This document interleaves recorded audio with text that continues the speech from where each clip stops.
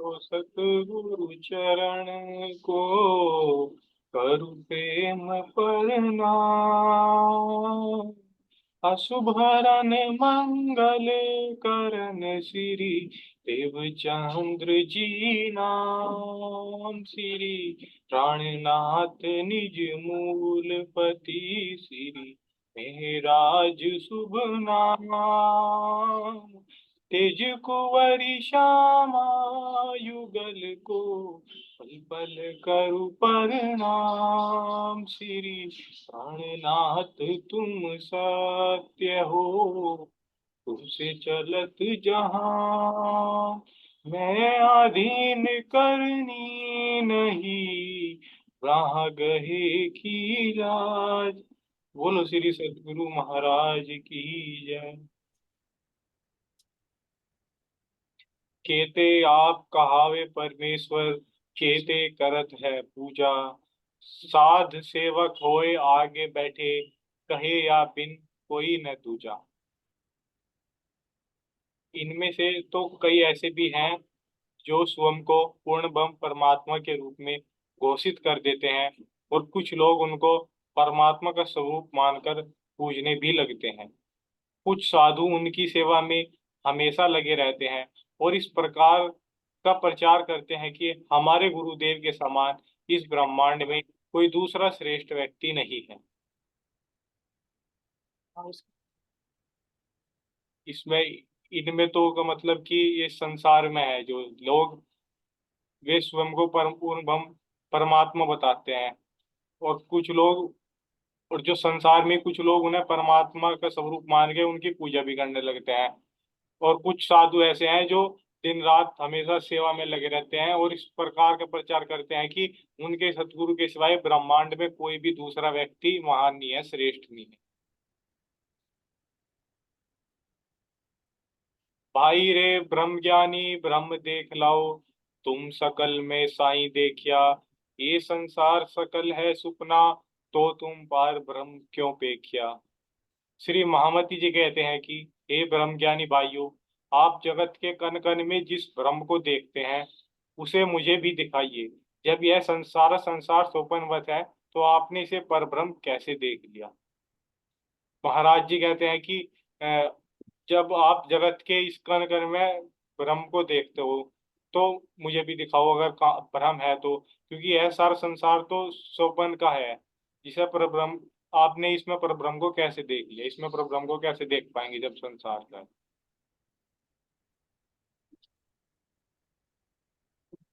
प्रणाम जी।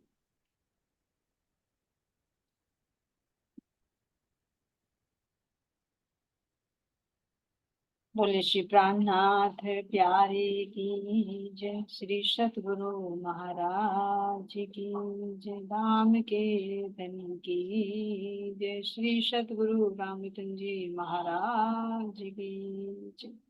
प्रणाम जी। सभी सुंदर साथ के चरणों में कोटि कोटि प्रेम प्रणाम जी। तो सुंदर साथ जी चौपाई में महाराज जी ने क्या बताया है कि बहुत सारे ये खेल को दिखा रहे ना कि हे बेहद के भाई सुनो, है ना। इस संसार को देखो, बड़ा तमाशा है कि यहाँ पर कितने तो होकार मचाते हैं और अपने गुरु को क्या कह रहे हैं, परमात्मा मानकर, है ना, यही कहते हैं कि परमात्मा, यही परमात्मा। लेकिन अब हमें कहे कि हम भी कह सकते हैं भाई हमें अपने सतगुरु को परमात्मा बता रहे हैं, लेकिन अंतर क्या होता है, इसमें अंतर क्या होता है, क्योंकि अगली चौपाई में महाराज जी कह रहे हैं कि भाई ये तो कण कण सब मिटने वाला है, तो इसमें भाई बड़ा अचंभा हो रहा, तुमने यहाँ ब्रह्म देखा तो मुझे भी दिखाओ, यहाँ में तो सकल में साई नहीं है। तो यानी यहाँ पर जो सतगुरु है, सतगुरु वो सत्य ज्ञान है, वो सत्य परमात्मा है जो इस शरीर से अलग होता है। तो अगर शरीर से अलग हटकर उनके अंदर निहित उस शक्ति को देख रहे हैं तो वो परमात्मा की शक्ति होती है, वही सतगुरु होता है जो सत्य ज्ञान, जो ब्रह्म का ज्ञान है। और बाहर से देखे शरीर से, तो अगर शरीर को मान रहे हैं तो महाराज जी कह रहे कि बताओ भाई मुझे कहाँ, क्योंकि ये तो तन भी मिटने वाला हूँ। तो दोनों में अंतर क्या है।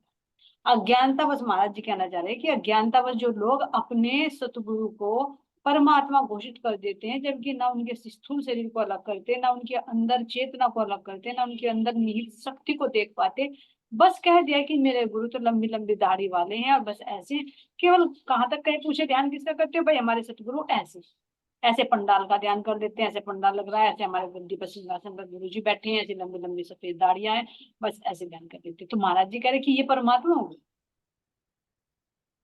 ये तन तो मिटने वाला है, तो तन परमात्मा कैसे हो गया? यानी तन के अंदर जो बैठा है, महाराज जी कह रहे भले देखो तुम आकार को, पर देखो अंदर का नूर, वो अंदर जो शक्ति है ना, वो शक्ति परमात्मा, उसको अलग जी, उसकी पहचान। तो ये चौपाई महाराज जी में दर्शा है। अब आगे चलते सुंदर शाह जी बीतक की ओर। तो महाराज जी अब बता रहे हैं यहाँ पर कि हमारे जो अंदर था, जब पत्नी से भय लगता था, तो हमारा जो रुचि रुचि बढ़ी किधर को बढ़ी, हमारी सुख सागर और रामायण। तो जब अंदर में दोनों तरफ से, बाहर से भी और अंदर से भी वो चित्त में समाता चला गया, समाता चला गया, तो संसार से वैराग्य हो गया। संसार कैसे लगने लगा? मुरझाया। ध्यान देना सुंदर शाह जी, बहुत गहराई से। रस अब कहीं नहीं लगता था, मुरझाया लगता संसार। जैसे फाड़ खाएंगे मुझको, ऐसे लगे मुझे घर बार। किसके अध्ययन से है भी? सुख सागर और राम। और अगर हम देखें, हम कह रहे हैं हम दिन रात पाठ करते हैं, मेरे का पाठ करते हैं, वाणी लगाते हैं, है ना, और फिर यहाँ भी देखो कि पाठ भी चलते हैं, तो अगर अखंड पाठ भी चलते, साप्ताहिक पढ़ते, तो पूरे पूरे दिन कितने पेज पढ़ देते हैं। लेकिन बाहर से पढ़ रहे और अंदर में क्या चल रहा है, मेन फोकस है अंदर वाला। तो इसको पढ़ने के बाद इतने साल, अभी तो महाराज जी की आयु 15 साल की हुई है ना, और कोई ये तो नहीं कि शुरू से, अभी पत्नी से जैसे शादी हुई, तो शादी से एकदम रुझान इधर को बढ़ा। तो अब बढ़ते बढ़ते उसने अंदर कैसे काम देखना सुंदर शाह जी, अपने अपने आप को पढ़ना, एक एक ही चौपाई को देखना। हम वाणी का पाठ भी करते हैं, वाणी को सुनते भी हैं, लेकिन फिर भी हमें संसार में कितना रस आता है। पढ़ना, उसको गुनना, उसको अंतर हृदय में बसा कर, कि ये नहीं कि सुना और सुना। फिर पहले भी आया था सुंदर शाह जी, निकल कर महाराज जी ने कई बार बता दिया, लेकिन पता नहीं शायद नहीं, शायद जी महाराज जी कुछ मिलवा रहे हैं कि मैं ये अंदर वो पात्रता नहीं है कि जो मुख से निकलवाते महाराज जी वो दूसरे के अंदर घर कर जाए, लग नहीं रहा है। क्यों नहीं लग रहा? क्योंकि एक चीज कई कई बार बोली जाती है, फिर जब दूसरे से सुनी जाती है, तो तब उस बात पर रिप्लाई। शायद हमारी मेरी अंदर सुंदर शाह जी अयोग्यता है, क्योंकि ये भी धनी की मिलने से ही कोई असर। तो यहाँ देखे कह रहे हैं कि रस अब कहीं नहीं लग आता। तो अब हम देखें, हम वाणी को पढ़ रहे हैं, ध्यान भी कर रहे हैं, 25 पक्षों का भी पता है, यहाँ की नश्वरता का भी पता है, अखंड संबंध का भी पता है, मिटने वाले संबंधों का भी पता, इन संबंधों का भी पता है कि ये जो देने दुख देने वाले हैं, फिर भी हमें इनमें कितना रस आता है। विचार अपने आप को पढ़िए, कितना रस आता है। इतना रस आता है, जो कल का ही प्रसंग था कि अगर एक मेहमान बीच में आ गया तो चर्चा को विश्राम हो जाएगा, भाई तेरी बात नहीं करेंगे हम, राज्य की बात तो हम बाद में सुनेंगे, पहले तेरी बात सुन। ये देख कितना रस आता है। कहीं से किसी का वैसे लौकिक व्यवहार में भी अगर गायन है, संगीत का कोई आयोजन है, हम यहाँ को छोड़कर उसकी तरफ भागेंगे। क्यों? अगर आनंद ना आए, रस ना आए, तो नहीं जाएंगे। रस आता है तब जाते हैं। तो ये देखे, ये वाणी हमारे अंदर कितनी उतर पाई। महाराज जी भी सुख सागर रामायण पढ़ रहे हैं, और अब कह रहे हैं कि अब कहीं रस नहीं है लग आता मुझे। तो हमें इंद्रियों का भी रस लगा हुआ है, देखिए अपने आप को पढ़ के, है ना। अभी हमें अपने रिश्ते नातों का भी रस लगा हुआ, अपने अड़ोसियों पड़ोसियों का भी रस लगा। और सबसे बड़ी बात तो पड़ोसन की है, किसी के सुनने में ज्यादा मजा आता है, उसकी भी सुनने में आनंद आता है। सुने तो सही क्या कहते हैं। तो ये रस आ रहा है, नहीं आ रहा। और मुरझाया लगता संसार, तो हमें संसार अगर मुरझा हुआ लगे तो मुरझाए हुए की तरफ को भागेंगे नहीं, संसार की तरफ को हम भाग देते हैं। कभी मुरझाया नहीं, अभी खिले हुए फूल की भांति लग रहा है। हम अपना परिवार भी, अपना घर भी, अपने रिश्ते नाते भी, सब कुछ खिले खिले लग रहे हैं। क्यों? क्योंकि उनकी खुशबू हमें खींचती है अपनी तरफ को। जैसा खिले हुए फूल की खुशबू अपनी तरफ को खींचती है बॉडी को, ऐसे ये झूठे रिश्ते नाते हमें खींचते हैं। और जैसे फाड़ खाएंगे मुझको, ऐसे लगे घर बार, घर बार वो रिश्ते नाते हो, घर की पत्नी भी, तो ऐसे लगे मुझे फाड़ फाड़ कर खा जाएंगे। लेकिन हमारे अंदर क्या विचार उठता है कि अरे, अगर मैं वहां चली गई तो मेरा अध्यात्म कितना खुलेगा, मेरी धनी। ये नहीं सोचते हम कि अगर मेरे सामने कोई माया आ गई और मेरे समय ये परमात्मा के भी ध्यान का, चित्त होने का कोई समय है, तो अगर उस समय माया आ गई तो मैं देखूंगी कि शायद मेरी परीक्षा हो। एकदम अंधाधुंध बिना विचार कर भाग देते और उनको कह देते कि भाई हम बात। लेकिन चलो 1% ये भी हो जाता है कि चलो बाहर से नहीं जुट पाते, लेकिन फिर अब अपने अंदर की वृत्ति को भी, कि वहां जाकर अगर फिजिकल से भी हम चले गए तो अंदर की वृत्ति उसमें रस लेने लगी, या एक अंदर में वो मुरझाया मुरझाया लगा, वो भी स्थिति होती है। बाहर से भले ही एक बार तुम ना हो, भाई सत्संग में ना बैठो, मीटिंग में ना बैठो, ध्यान में ना बैठो, लेकिन कहीं तुम किसी कारणवश, किसी परिस्थिति बस वहां चले गए, तो तुम्हारी इंद्रियां उसमें आनंद ले रही है, या एक अंदर ही अंदर मुरझायापन है कि यार मैं कहाँ आ गई, उस वो मेन फोकस का। ये नहीं कि तुमने छोड़ तो दिया कि भाई हम तो मीटिंग ज्वाइन करके दिखा दिया, भाई हमें नहीं जाना हमारे वर्ग, लेकिन ध्यान वहीं जा रहा है, वहां वो हो रहा होगा, वहां वो हो रहा होगा, वहां वो। तो ऐसे बैठने से कोई, ऐसे बैठने से तो वो बेटर है कि भले ही एक बार तन से चले जाओ, लेकिन मन से मत जाओ। तो ये महाराज जी दिखा रहे हैं विष्णु प्रसाद जी, हम इस पर मंथन करें। महाराज जी की स्थिति अभी 15 साल की है, और सुख सागर और रामायण से इतना रस आया, इतना रस आया कि संसार का रस फीका रह गया। संसार कैसा लगता है? मुरझाया हुआ, यानी कोई जैसे नीरस हो जाता है, कोई आकर्षण नहीं, कोई खिंचाव नहीं है। बस ये है कि मैं अपने रामायण का पाठ करता रहूं, अपने श्री कृष्ण की उन बाल लीलाओं में रमन करता रहूं, और कुछ नहीं चाहिए। इस चौपाई पे फिर हम मंथन अपना।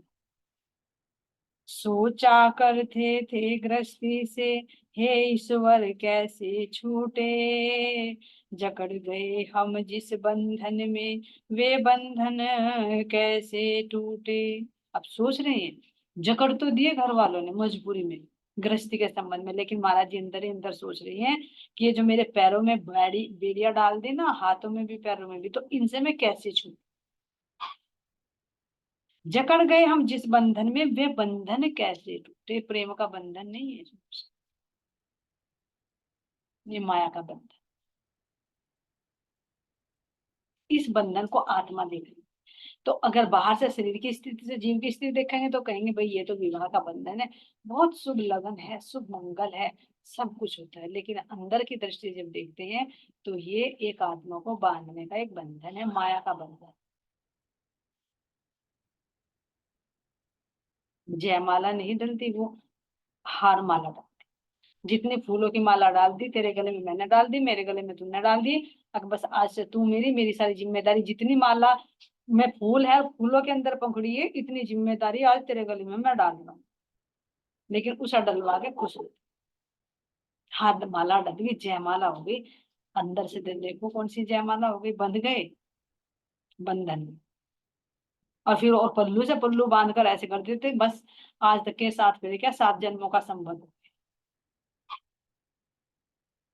अंदर से देख रही ना आत्मा, तो देख रही है कि वास्तव में ये आत्मा को, आत्मा को तो नहीं बांध सकते, लेकिन आत्मा जिस शरीर से जुड़ी हुई है उस शरीर को बांध, तो मार्ग की रुकावट बनती।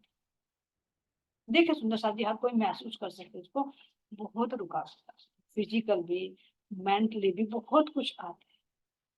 लेकिन अगर इनमें रहते रहते भी अपना उसका सदुपयोग करें, समझदारी रह रहे हैं तो उसका कैसे सदुपयोग करें, अपने परमात्मा की तरफ को कैसे बढ़े।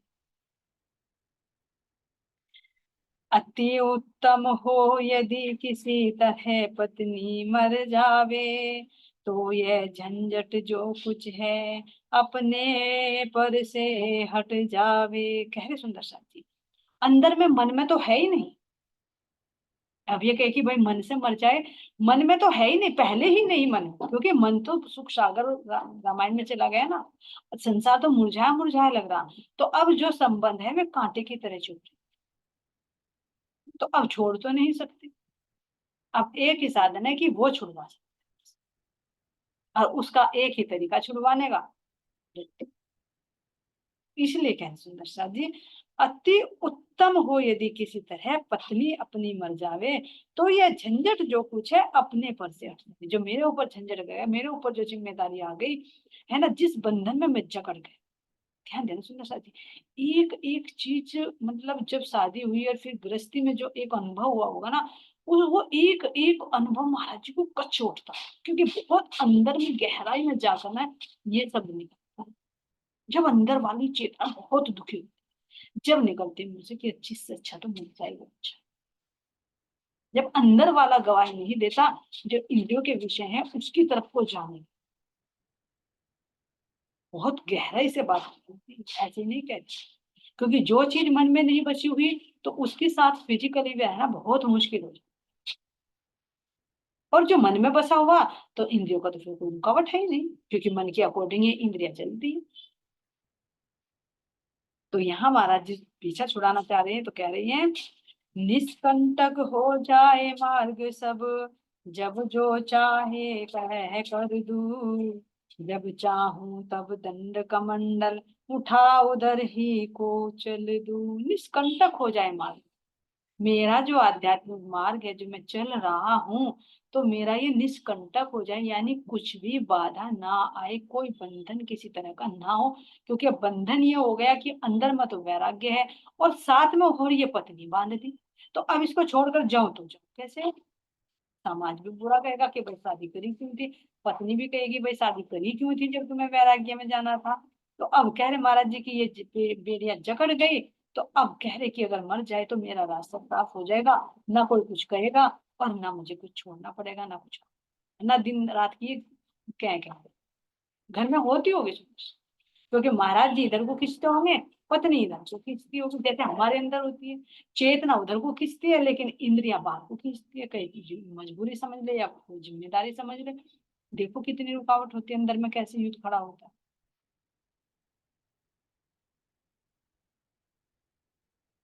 एक नाटक बनकर रह गए यहाँ पर सुंदर से, समाज के लिए, दिखावे के लिए कितना बंधन हो गया है ना। तो अब यहाँ देखिए, अ, निष्कंटक हो जाए मार्ग सब, जब जो चाहा कर दूं। रास्ते में कोई रुकावट ना, तो यहाँ पर वे कुछ करने के लिए मना कर दिया। जैसे भागवत में जैसे हमारे पति या किसी की पत्नियां जो कह देती है, भाई तुझे तो दिन रात का बस यही लगा रह गया, और खुशी नहीं, बस तेरे तो सत्संग, तेरे तो मीटिंग, तेरे तो यही रह गया, घर का कोई काम ही नहीं रहता। तो ऐसे में रुकावट डालती होंगी, तो ये मार्ग में बाधक ही तो है। ये महाराज जी दर्शन करे कि मेरा रास्ता साफ हो जाए, और मैं जब चाहूँ वो जो करूँ, जो दिल में आए, और चाहूँ तो मैं घर छोड़कर कमंडल दंड उठाकर जब चाहूँ निकलता हूँ, कोई पीछे रोकने वाला नहीं। अब यहाँ पर महाराज जी अब कह रहे सुंदर साथ जी, देखिए यहाँ पर, अब 15 वर्ष की उम्र में तो शादी हो गई थी यहाँ पर। अब यहाँ पर जब शादी हो गई, तो शादी के कुछ वर्ष बाद, 15 साल में शादी हुई, और ये लगाए 16, 17, 18, 19 साल के जब हो गए महाराज जी, 4 साल बाद एक कन्या का जन्म। 4-5 साल फिर भी खींच ले, देखो ऐसे नहीं खींचते, zig zig zig zig zig zig में तो एक दिन भी भारी हो जाता है। तो यहाँ पर 19 साल की जैसी अवस्था हुई नशा जी, तो यहाँ कह रहे कि एक कन्या का जन्म, गृहस्थी का विस्तार हुआ। एक तो बेड़ी बेड़ी बड़ी हुई थी, दूसरी बेड़ी भी बढ़ गई, उसमें एक जंजीर और बढ़ गई, कन्या का जन्म। अब पत्नी को बेटी को छोड़कर कैसे जाए, क्योंकि अब उनकी जिम्मेदारी भाई कमा कर लाना है, उनका खर्चा उठाना है ना। और भाई आगे विवाह की भी सारी सोचना पड़ता है। तो कह रहे कि गृहस्थी का विस्तार हुआ, एक माया के ऊपर दूसरी। कह रहे हैं महाराज जी कि जैसे संसार रूपी बगिया में ना एक वृक्ष लगता है पत्नी रूपी, और फिर उस पर बच्चे रूपी नन्हे नन्हे फूल लगते हैं, जिन फूलों को देखकर माली बहुत खुश होता है। और असलियत में देखिए, देखे सुंदर साथ जी, आत्मिक दृष्टि से देखो, पहले क्या करो, ये तन धारण कर लिया, है ना, आगे चेतना में फंस गई। फिर क्या करेगी, ये अपने जीविका के लिए, चलाने के लिए क्या करेगी, विवाह के बंधन, विवाह के बंधन में बंधने के बाद में फिर गृहस्थी का विस्तार होगा, बच्चे होंगे, फिर बच्चों के पढ़ाना लिखाना, उनका पालन पोषण करना, फिर उनकी विवाह शादी करना, है ना, फिर उनके बच्चों को भी खिलाना, है ना, और इतने में अपना जीवन का एंड हो देता है। तो पूरा जीवन किस में चला गया, व्यर्थ में ही गया, आत्मा की तरफ। क्योंकि इस कार्य के लिए नहीं मिला है मानव, जो इसी कोई पर्पज समझे कि भाई इस काम के लिए। अज्ञानता में तो लोग कह देते हैं अरे कोई बात नहीं भाई, बच्चे पढ़ा दिए लिखा दिए सब कुछ कामयाब कर दिए, अपना काम खत्म हुआ, जो अपनी ड्यूटी थी वो तो पूरा हुई, अब तो घर परमात्मा के घर जाना है। अब उनसे कोई पूछे परमात्मा के घर जाएगा तो तुझे परमात्मा के लिए तुमने कुछ करो, ऐसी परमात्मा तुझे अपने घर में घुसाओ, क्या यही जिम्मेदारी थी, यही ड्यूटी थी कि भाई जो करना था आए थे करके चले गए, यहीं तक वो सर्किल हो गए। बस अपनी गृहस्थी बढ़ा ली, बच्चों का पालन पोषण कर दिया, उनके विवाह शादी कर दी, और बस सारी जिम्मेदारियों से फारिग हुए। यही थोड़ी जिम्मेदारी करने के लिए, मेन जिम्मेदारी तो मानव तन लेने के लिए, अपनी आत्मा का कल्याण करने के लिए, ये तो एक, ये कहेंगे कि साथ में लगा हुआ गृहस्थी शरीर के साथ। लेकिन मेन पर्पज क्या है इसका, मेन उद्देश्य क्या है मानव जीवन का, इस 84 लाख योनियों के चक्कर से इस जीव को निकालना, और उसके लिए हमने समय भी नहीं निकाला, और कहते हैं कि भाई हम तो जिम्मेदारियों से फारिग हो। तो कितनी बड़ी अज्ञान है भाई, अब तो हम गंगा जी नहावे, सारा कार्य करके फारिग हो गए बस। गंगा जी भी नहीं ना इसमें शायद, ये देखो, तो ये माया का आवरण डाला रहता है इसमें। असली उद्देश्य अपने परमात्मा को पाना, ये तो साथ साथ में लगता रहता है। ये तो फिर भी होगा, ये तो कार्य पशु पक्षी भी करते हैं, वे भी अपने बच्चों का पालन पोषण करते हैं। लेकिन हमारे से श्रेष्ठ क्यों है, क्योंकि वे उनके मोह में नहीं बंधते। बच्चे को जहाँ काबिल होता है खुद उसको चोंच मार कर उड़ा देते कि जा, उसे बुढ़ापे के संबंध नहीं जोड़ते, और हम मरते दम तक उनके संबंध में जुड़े रहते हैं।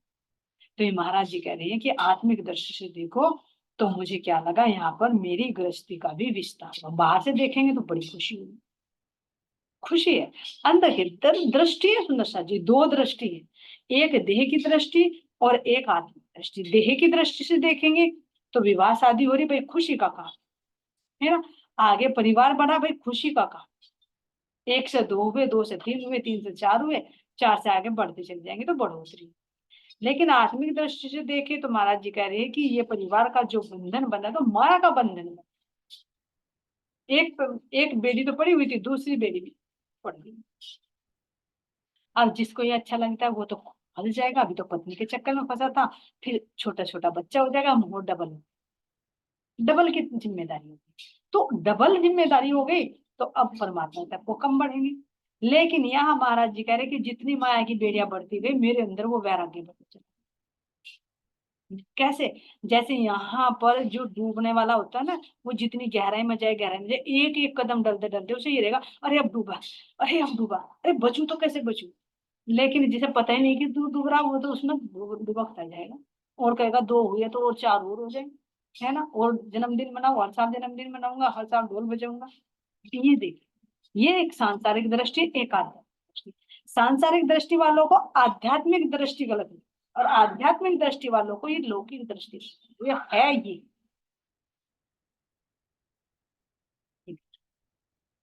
तो ये सुंदर सा महाराज जी कह रहे हैं कि मेरे परिवार का विस्तार हुआ तो हृदय में और ज्यादा हलचल मचने,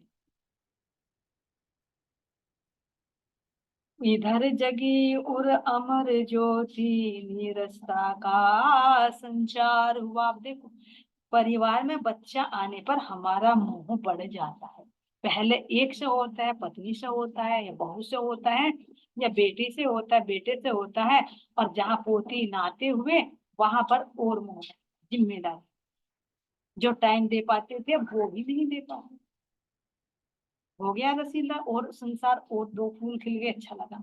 लेकिन महाराज जी को यहाँ क्या कह रहे हैं, मेरे अंदर में और वैराग्य की ज्योति जलती, और कह रहे हैं कि नीरसता का संसार होगा, और नीरसता बढ़ी, अपोजिट हो रहा है। देखो, हमारे अंदर खुशी बढ़ती है, मोह बढ़ता है, लेकिन महाराज जी कह रहे हैं मेरी नीरसता बढ़ गई। और जबकि हुए हुए बच्चे को, छोटे से बच्चे को देखकर तो हर कोई मोह में आ जाता है, जबकि अपना हो, लेकिन महाराज जी कह रहे हैं यहाँ मेरा अपना नहीं, ये माया का विस्तार है। इसीलिए आगे देखो, अगर अपनापन लगता तो ये लगता नहीं मैं गृहस्थी छोड़ के नहीं जाऊंगा, अब तो मैं अच्छे से अच्छा कमाऊंगा। भाई मैं तो गरीबी में, मेरा तो जीवन बीत ही गया। अपनी लड़की को, अपनी पत्नी को तो मैं सुख से रखूंगा, जो सुख मुझे नहीं मिला अपनी बेटी को दूंगा, पढ़ाऊंगा लिखाऊंगा, बड़े पद पे पढ़ाऊंगा, ये होता है। लेकिन अंदर में महाराज जी अपनी आत्मिक दृष्टि में तो ये कह रही है कि मेरे तो और निरस्ता बढ़ गई, कोई टेंशन नहीं, आगे विवाह के प्रसंग में भी देखेंगे तो कहेंगे सब, अरे भाई चिट्ठी लिखो ना, बेटी की शादी होगी, तो महाराज जी खुद कह देंगे जिसने दी वो खुद जाने उसको कहो, वो अपने आप करेगा। और होता भी है क्योंकि महाराज जी आत्मिक दृष्टि से, अपनेपन से है ही नहीं। जब अपना तन, अपने तन को भी तन नहीं समझा, क्यों नहीं समझा? अगर अपने तन को तन समझते तो चोरी कर करके पेट भर सकते थे, कि भाई मेरा तन है, कमजोर हो जाएगा, चाहे चोरी कर दे, चाहे मांगी ले किसी से, खा ले, नहीं इनका जैसे रहना रहे। एक एक चीज को देखो सुंदर शादी में किस अवस्था में भी पहुंचे हुए, अभी तारतम्य नहीं मिला, अभी सतगुरु नहीं मिले, अभी वाणी का प्रकाश नहीं मिला, कितनी उच्च अवस्था में।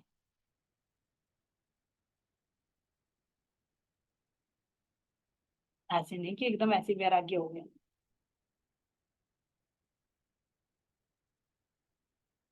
तो इधर जगी और अमर ज्योति, निरस्ता का संचार हुआ। और इधर तो महाराज जी के अंदर में अमर ज्योति जल गई, अखंड करने वाली ज्योति जल गई, और निरस्ता का संचार हुआ, निरस्ता लगी। लेकिन हमारे अंदर क्या होता है, जो हमारे अंदर ज्ञान की ज्योति जली होती है वो भी बुझ जाती है। जो परमात्मा की तरफ भक्ति की, ध्यान की, चर्चनी की, चितवनी की ज्योति होती है, वो भी बुझ जाती है। इधर से रस रस बढ़ जाता है, रस का संचार हो जाता है। देखो हमारी अपोजिट है इन डायरेक्शन। देखे अपने आप को तोड़कर समझ सकती है। हमें तो लग रहा है कि वास्तव में हमारी दिशा ही उल्टी है। अभी महाराज जी दिखा रहे हैं कि तुम सोच तो रहे कि हम परम धाम चले जाए, लेकिन दिशा तो देखो तुम बढ़ किस अवस्था, किस दिशा में रहे।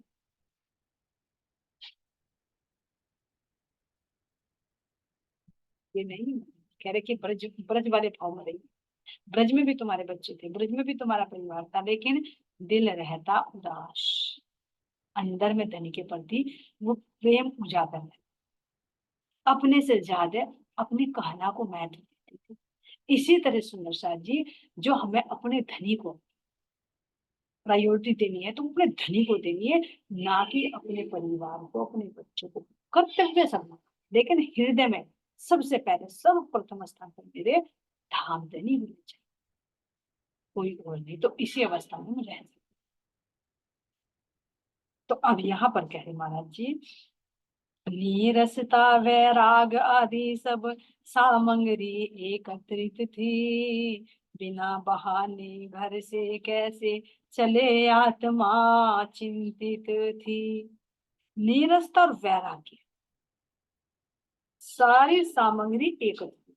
जैसे भाई बाहर निकलना होता है ना, तो हम पैकिंग कर लेते हैं भाई, अपनी वाटर बोतल भी रख लो, अपने खाने का नाश्ता वगैरह का भी सिस्टम रख लो, अपने वस्त्र भी रख लो, जो जी मेडिसिन वगैरह भी रख लो, जिस चीज की जरूरत है सब तैयारी कर लो, और सुबह की ट्रेन है तो उस टाइम निकल कर। ऐसे महाराज जी कह रहे कि मुझे घर से निकलने के लिए जो जरूरत थी ना, नीरसता की, रस नहीं आ रहा था, वैराग्य हो गया था, तो वो सामग्री बिल्कुल पैकिंग तैयार थी। पर कैसे निकले बिना कारण के घर से? भाई सामान तो बांध बूंद के रख लिए, पैकिंग तो तुमने कर ली, लेकिन ये जाना कहाँ है, कैसे निकले? कुछ ना कुछ बहाना तो चाहिए ना। बहाना भी धनी करते, जहां चाह वहां रास्ता। अंदर चाहत है, क्योंकि चाहत पैदा उसने की, तो रास्ता भी वही बना। अब कह रहे महाराज जी, कारण बिना कारज ना होना संभव नहीं बताते हैं, कारण के बनते ही कारज छिन भर में हो जाते हैं। बिना कारण के कोई कारज नहीं। अब कह रहे भाई घर में शादी हो गई, बच्चे हो गए, तो अगर मैं घर से जाऊं तो कोई ये कहेगा भाई क्यों जा रहा है, तो कुछ ना कुछ कारण तो चाहिए कि मैं घर से निकल सकूं। तो कह रहे कि बिना कारण के कोई कार्य नहीं होता, और जब कोई कारण बन जाता है तो कार्य तुरंत हो जाता है, फिर उसको देरी नहीं लगती। कितनी देर छिपा सकती है रुई आग को अपने में, राख एकदम हो जाती है दावानल को ढकने में। कितनी देर छिपा सकती है रुई आग को? आग कौन सी सुंदर सा जी, रुई क्या है? रुई है ये तन जो अब दिख रहा है, हवा में उड़ जाएगा, कुछ नहीं पता चलेगा। और अंदर में वो अमर ज्योति जो कह रहे, अंदर में वो एक बर्निंग डिजायर जो अंदर परमात्मा से मिलने की उमंग है, तो उस आग को ये तन कितने दिन छिपा कर रख सकते हैं? घर की परिस्थितियां कितनी देर दबा कर रख सकती है? नहीं रख सकती। जैसे रुई का ढेर हो ना, और रुई के ढेर में तुम आग रख दो, तो वो कितनी देर दबाएगी उसको? आग नहीं दबाएगी। वो राख ही, वो रुई ही खुद जलकर भस्म हो जाएगी उस आग में। इसी तरह से महाराज जी कह रहे, अंदर जो वैराग्य रूपी अग्नि है, अंदर जो नीरसता रूपी अग्नि लग गई है, तो ये शरीर और शरीर के बंधन वाली हुई कितनी देर दबा कर रखी उसको? जब तक भी दबाएगी तो तुरंत जलकर भस्म हो जाएगी। और ऐसा ही हुआ संसार। ये घर के जो बंधन थे, ये बंधन ज्यादा देर नहीं रह सकते, क्योंकि ये टूटने वाले। देखो कितने संबंध टूट, क्या यहाँ है अटूट संबंध? नहीं, सब टूटने। तो महाराज जी कह रहे कि जीते जी खुश होकर छोड़ दोगे तो शाबाशी मिलेगी, नहीं तो रो रो कर छोड़ोगे। बताओ किसका संबंध नहीं टूटा? कौन सा ऐसा संबंध है जो नहीं टूटता? माता का, पिता का, भाई का, बहन का, पत्नी का, बच्चों का, किसका नहीं टूटा? आज कब किसके हैं, कल किसके होंगे, पता नहीं। जीव कहाँ कहाँ भटकता रहता है, लेकिन जब तक रहता है ये इसके संबंध। तो आत्मा अंदर से देख रही, तो ये संबंध असली संबंध को दबाकर नहीं रख सकता। तो यहाँ पर महाराज जी अब कह रहे हैं, राख एकदम हो जाती है दावानल को ढकने में। जो अगर अंदर आग है तो उस आग को ढकने में खुद ही जलकर राख हो जाती। गाड़ी चली लाइन पर अपनी, बस धक्के की देरी थी, घर आना जाना तो केवल जोगी वाली फेरी थी। गाड़ी बिल्कुल तैयार खड़ी, सारा सामान पैकिंग है ना? बस कोई धक्का मार दे तो तुरंत लगे। धक्के का मतलब कुछ बहाना हो जाए, कारण बन जाए। अंदर में वैराग्य है, संसार के प्रति निरस्ता आ चुकी है, बस पहले ही मन में सोच रहे कि पत्नी मर जाए और अपना कमंडल उठाकर मैं तुरंत कब निकल जाऊं, तो सारी चीज तैयार है। तो गाड़ी भी तैयार है। क्यों? गाड़ी कौन सा? तन, इंद्रिया, ये भी तैयार खड़ी है। बस थोड़ा सा किसी का कारण बनने की देरी, कि कुछ कारण बने और तुरंत मैं घर बाज खुलकर यहाँ से निकल जाऊं। क्यों? क्योंकि घर आना जाना तो जोगी जैसी फेरी थी। क्योंकि कहते ना, दहशत सी लगती थी देखकर। तो जोगी जैसी फेरी यानी कभी आ गए फिर बाहर निकल गए, फिर अपने सुख सागर में, फिर अपने। तो जोगी जैसी फेरी यहाँ हो गई। और जो अंदर में लगन थी वो परमात्मा को पाने की लगन। तो ये शरीर रूपी गाड़ी भी कैसे तैयार? सुनो सब, हमारी गाड़ी तैयार नहीं है, हमने अभी पैकिंग भी नहीं की। अभी कोई पैकिंग नहीं, देखिए क्या वैराग्य कितना हुआ घर से, परिवार से।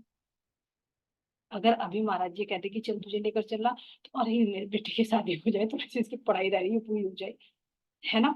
ये तो काम मुझे, नहीं तो घर को कौन संभाले। होती है सुंदर सा। अभी के 2 दिन के लिए कह दो भाई, अब चलो शेरपुर चले, अरे भाई कैसे चले, घर का काम कैसे होगा भाई, स्कूल का काम कैसे हो, अभी नहीं गाड़ी है मेरी, अभी यहाँ की जिम्मेदारी में फंसी हुई है मैं। तो ये महाराज जी दिखा रहे कि महाराज जी की अवस्था कैसी हो चुकी। गाड़ी तैयार थी, सारा सामग्री पैकिंग थी, बस धक्के की देरी थी, कोई कारण। और कारण बनते ही तुरंत वो चल पड़े। एक दफा निज गांव ही में थी एक दावत, हम भी थे जो नार में अपने कुटुंब समेत। तो महाराज जी कह रहे, इसका कारण क्या बना सुंदर सा जी? देखो, जब अंदर में कोई चाहत होती है तो उसकी राह मिल जाती है 100%। चाहे कितना भी बड़े से बड़ा काम है, लेकिन अंदर दृढ़ अगर इच्छा शक्ति प्रबल है तो वो कार्य बन जाता है।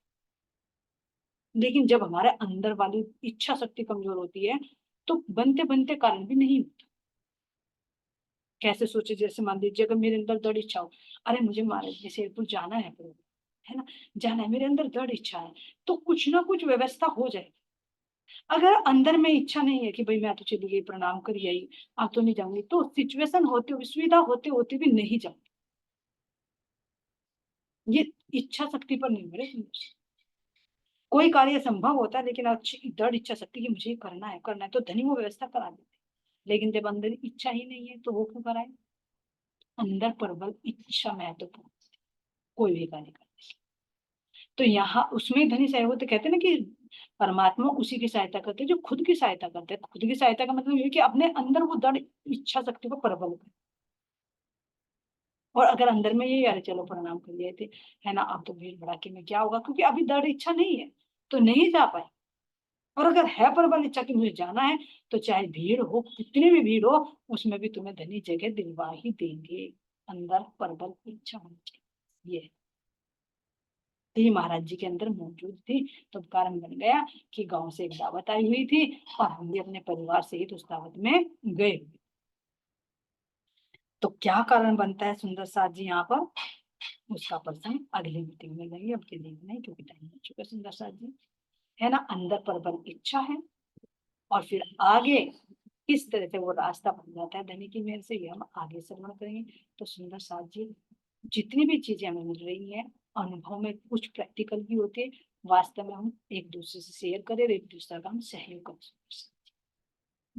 अब के लिए इतना। सुंदर साथ जी, जो कुछ बोलने में त्रुटि हुई हो, धाम धनी के चरणों में विनती, सुंदर साथ के चरणों में विनती कि गलतियों को माफ करके सुंदर साथ जी आगे के लिए और मोटिवेट करें, और आगे के लिए और मतलब कुछ पॉइंट रह जाते हैं उनका बाद में भेज भी सुंदर साथ जी भेजने की करें।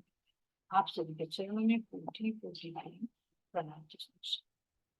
बोलिए श्री प्राणनाथ प्यारे की जय, श्री सतगुरु महाराज की जय, सतगुरु श्री रामचंद्र जी महाराज की जय, शेरपुर धाम की जय, तीनों पुरी धाम की जय। प्रणाम जी, सभी सुंदर साथ के चरणों में कोटि कोटि